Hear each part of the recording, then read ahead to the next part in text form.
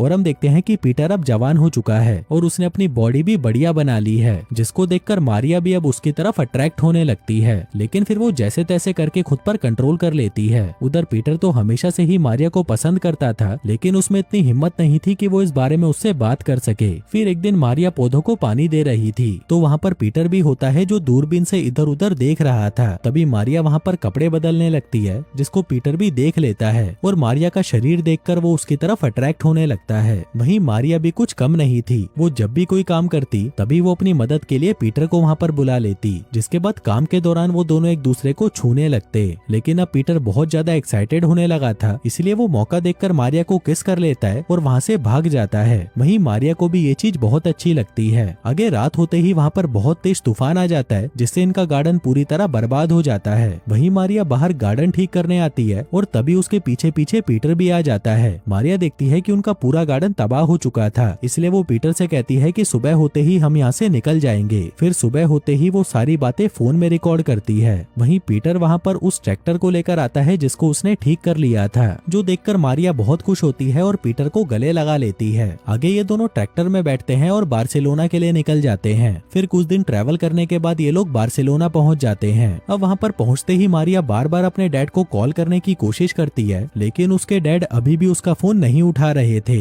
अब आखिर में मारिया ये एक्सेप्ट कर ही लेती है कि अब उसके डैड जिंदा नहीं बचे, लेकिन तभी पीटर कहता है कि हम इतनी जल्दी हार नहीं मान सकते, हम उनको ढूंढते रहेंगे। आगे पूरा शहर घूमने के बाद ये दोनों बार्सिलोना के स्टेडियम में आते हैं। पीटर देखता है कि वो स्टेडियम पूरी तरह से तबाह हो चुका था, जिसके बाद वो एक फुटबॉल निकालकर खेलने लगता है। वहीं मारिया ऑडियंस में बैठकर उसके लिए चीयर करती है। तभी पीटर अपना पहला गोल मारता है। मारिया कहती है कि तुम ये वापस करो, मैं इसे रिकॉर्ड करूंगी। तभी पीटर वापस से गोल मारता है और मारिया उसे रिकॉर्ड करने लगती है। आगे पीटर अपनी टी शर्ट ऊपर करके खुशी से नाचने लगता है। तभी मारिया उसके शरीर को देखकर फिर से उसकी तरफ अट्रैक्ट होने लग जाती है। वहीं पीटर को लग रहा था कि शायद अब इन दोनों के बीच में कुछ हो सकता है, लेकिन तभी मारिया फिर से खुद पर कंट्रोल कर लेती है और वहाँ से चली जाती है। फिर रात होने पर हम देखते हैं कि ये दोनों एक दूसरे से बात नहीं कर रहे थे। तभी मारिया पीटर से बात करती है और कहती है कि मुझे पता है कि तुम मेरे साथ इंटीमेट होना चाहते हो और शायद मैं भी यही चाहती हूँ, जो कहकर वो पीटर को किस करने लगती है। वहीं पीटर भी अब फॉर्म में आ चुका था, जिसके बाद वो भी उसके साथ इंटीमेट होने लगता है। अब उस रात के बाद से ये दोनों रिलेशनशिप में आ जाते हैं और खुशी खुशी साथ में रहने लगते हैं। आगे समय बीतता है और ये दोनों समुद्र के किनारे एक घर बनाते हैं और वहीं पर अपना जीवन बिताने लगते हैं। फिर एक दिन मारिया पीटर से कहती है कि वो उसके बच्चे की माँ बनने वाली है, जो सुनकर पीटर भी बहुत ज्यादा खुश हो जाता है। आगे मारिया लाइब्रेरी से चाइल्ड बर्थ की कुछ किताबें लाती है ताकि उसे पता चल सके कि बच्चे को पैदा कैसे करना है। उधर पीटर अपने होने वाले बच्चे के लिए बहुत सारे खिलौने लाता है। फिर एक रात जब मारिया अपने डैड की डायरी पढ़ रही थी, तभी उसके पेट में दर्द होने लगता है। वो उठकर पीटर के पास जाती है और कहती है कि मेरा लेबर पेन शुरू हो गया है। तभी पीटर उसे आराम से टेबल पर लिटाता है, जिसके बाद वो दोनों मिलकर बच्चे की डिलीवरी करते हैं। हम देखते हैं कि मारिया को एक बेटा होता है, जिसका नाम वो लोग काई रखते हैं। अब बच्चा होने पर वो दोनों बहुत खुश थे और दिन रात सिर्फ उसी के साथ रहते थे। फिर ऐसे ही एक दिन मारिया को समुद्र के अंदर एक बोट दिखाई देती है और मारिया उसको देखकर चिल्लाने लगती है। उसे लग रहा था कि शायद उस बोट में कोई हो सकता है। वो पीटर को वहाँ पर बुलाती है, लेकिन उस बोट को देखने के बाद पीटर कहता है कि हमें किसी की जरूरत नहीं, हम दोनों साथ में बहुत खुश हैं। लेकिन मारिया उसकी नहीं सुनती। उसे लग रहा था कि शायद बोट में उसके डैड हो सकते हैं। तभी वो समुद्र के किनारे पर एक आदमी को देखती है। उसे लगता है कि शायद ये उसके डैड हैं, लेकिन देखने पर वो आदमी कोई और ही होता है। आगे जब उस आदमी को होश आता है तो वो बताता है कि मेरा नाम जिमी है, मुझे तो लग रहा था कि मैं यहाँ पर अकेला ही हूँ, लेकिन तुम दोनों को देखकर मुझे बहुत खुशी हो रही है। वो कहता है कि मैं एक आइलैंड पर रह रहा था और जब भी मुझे मौका मिलता मैं अपनी बोट लेकर दूसरे लोगों को ढूंढने निकल जाता। अब तुम लोग मिल गए तो मैं खुशी खुशी वापस जा सकता हूँ। पर तभी मारिया कहती है कि तुम चाहो तो हमारे साथ भी रह सकते हो, लेकिन पीटर को ये बात अच्छी नहीं लगती। अब उसकी सड़ी हुई शक्ल देखकर जिमी समझ जाता है कि ये मुझे यहाँ पर नहीं रखना चाहता, इसलिए वो कहता है कि नहीं नहीं, मैं अपने आइलैंड पर ही ठीक हूँ। जिसके बाद वो उन दोनों से गले मिलता है और फूट फूट कर रोने लगता है। अब ये देखकर उन दोनों को इस पर तरस आ जाता है और वो जिमी को यहीं पर रुकने के लिए कहते हैं। आगे जिमी इनको कई तरह की चीजें सिखाता है, क्योंकि वो इनसे काफी ज्यादा एक्सपीरियंस वाला था। लेकिन जब भी जिमी मारिया से बात करता है तो पीटर को उससे जलन होने लगती है। फिर एक दिन जब मारिया अपने बच्चे को दूध पिला रही थी, तब जिमी उसे घूर कर देख रहा था। इसी दौरान पीटर वहाँ पर आता है और उससे पूछता है कि तुम यहाँ पर क्या कर रहे हो। जिमी कहता है कि काश मेरे पास भी एक पत्नी होती तो मेरा जीवन कितना अच्छा होता। अब ये सुनते ही पीटर उसे गुस्से में कहता है कि तुम्हारी बोट अब तैयार हो चुकी है, अब तुम चाहो तो यहाँ से जा सकते हो। हो। वहीं जिमी को उसकी ये बात अच्छी नहीं लगती, लेकिन फिर भी वो कहता है कि ठीक है मैं जा रहा हूँ। लेकिन जाने से पहले वो उनसे पूछता है कि क्या तुम मेरे साथ एक बार मेरी बोट पर चलोगे, मैं तुम्हें अपनी बोट दिखाना चाहता हूँ। अब मारिया उसकी बात मान जाती है और वो सभी जिमी की बोट पर मस्ती करने चले जाते हैं। आगे जिमी उनसे कहता है कि तुम लोग यहीं पर रुको, मेरे पास तुम्हारे लिए एक बहुत अच्छा सरप्राइज है। अब पीटर यहाँ पर रुकना तो नहीं चाहता था, लेकिन मारिया के कहने पर वो रुक जाता है। आगे जिमी एक प्रोजेक्टर पर फिल्म चलाता है और ये सभी उस फिल्म को देखने लगते हैं। फिर अगली सुबह जब पीटर की आंख खुलती है तो वो देखता है कि ये लोग समुद्र से काफी दूर आ चुके हैं। पीटर को लगता है कि जिमी एक धोखेबाज है और वो मारिया को उठाने के लिए जाता है, पर तभी जिमी उस पर हमला कर देता है और पीटर को समुद्र में गिरा देता है। तभी वहाँ पर मारिया आ जाती है और पीटर को पानी में देखकर वो भी समुद्र में कूद जाती है। आगे जब वो उसे बचाकर ऊपर लाती है तभी वो देखते हैं कि जिमी वहाँ से जा चुका है और उसकी बोट में उनका बेटा भी है। आगे वो दोनों वहाँ से अपने घर पर वापस आ जाते हैं। हम देखते हैं कि पीटर बहुत ज्यादा गुस्से में था। उन लोगों को ये तक नहीं पता था कि जिमी उनके बच्चे को लेकर कहाँ गया होगा, जिसके बाद ये दोनों पता लगाने लगते हैं कि जिमी कौन से आइलैंड पर रहता है। आगे पीटर अपनी एक पुरानी बोट को ठीक करने लगता है। तभी मारिया वहाँ पर आती है और कहती है कि जिमी अपने साथ शहद लेकर आया था, इसलिए हमें ऐसे आइलैंड का पता लगाना होगा जहाँ पर शहद ज्यादा होती है। जिसके बाद मारिया काफी सारी किताबों को पढ़ती है और फाइनली उसे उस आइलैंड का पता चल जाता है। अब ये लोग अपने बच्चे को लाने के लिए निकल पड़ते हैं और काफी दिनों के सफर के बाद ये लोग उस आइलैंड पर पहुंच जाते हैं। हम देखते हैं कि पीटर अपने साथ एक बंदूक भी लाया था। आगे ये लोग उस आइलैंड पर आते हैं जहाँ पर उन्हें काई के रोने की आवाज सुनाई देती है। वो दोनों छुपकर देखते हैं कि उनका बच्चा कहाँ पर है और तभी वहाँ पर जिमी भी आ जाता है। मारिया पीटर से कहती है कि तुम इसको अभी गोली मार दो। पीटर कहता है कि मुझे नहीं लगता कि ये आदमी यहाँ पर अकेला होगा, अगर हमने इसे अभी मारा तो हम लोग भी मुसीबत में पड़ सकते हैं। वो कहता है कि मैं जिमी के पीछे जाता हूँ और तुम जाकर काई को संभालो। लेकिन मारिया जैसे ही काई के पास जाती है वो देखती है कि उन्होंने उसे एक पिंजरे में बंद कर रखा था। मारिया उस पिंजरे को खोलने की कोशिश करती है लेकिन वो खोल नहीं पाती। उधर पीटर जिमी का पीछा कर रहा था, पर तभी वहाँ पर मारिया आती है और कहती है कि उन्होंने हमारे बच्चे को पिंजरे में बंद कर रखा है। पीटर कहता है कि तुम ये बंदूक लेकर यहीं रुको और मैं काई को निकाल कर लाता हूँ। लेकिन तभी उसे काई के रोने की आवाज सुनाई देती है तो वो पीछे मुड़ जाती है। इसी दौरान जिमी उसे पकड़ लेता है। वो मारिया पर बंदूक तान देता है और कहता है कि मैं जैसा बोलता हूँ वैसा करो। आगे वो उन दोनों को बांध देता है और उन्हें कहता है कि मैं तुम दोनों के साथ प्यार से रहना चाहता था, लेकिन तुम लोगों ने मेरी बेइज्जती करी। मारिया कहती है कि अगर तुम मुझे मेरा बच्चा वापस कर दो तो हम सभी एक साथ रह सकते हैं। अब ये सुनकर जिमी मारिया को आजाद कर देता है और उसे नीचे ले आता है। कहता है कि मैं जब जब कहूँ तुम्हें अपने बच्चे को रुलाना होगा, क्योंकि जब भी ये बच्चा रोता है तो मुझे बहुत अच्छा लगता है। जो कहकर वो मारिया को पिंजरे की चाबी दे देता है। आगे मारिया काई को बाहर निकालती है और उसे दूध पिलाने लगती है। वहीं जिमी भी मारिया को देखने लगता है। इसके बाद वो पीटर को देखने ऊपर आता है, पर तभी पीछे से मारिया काई को लेकर भाग जाती है। लेकिन जिमी उस पर ज्यादा ध्यान नहीं देता और पीटर को टॉर्चर करने लगता है। आगे जब पीटर बेहोश हो जाता है तब जिमी मारिया के पीछे जाता है। उसे बच्चे के रोने की आवाज आ रही थी तो वो उस आवाज के पीछे भागता है, लेकिन वहाँ पहुंचकर वो देखता है कि मारिया ने उसे पागल बना दिया था।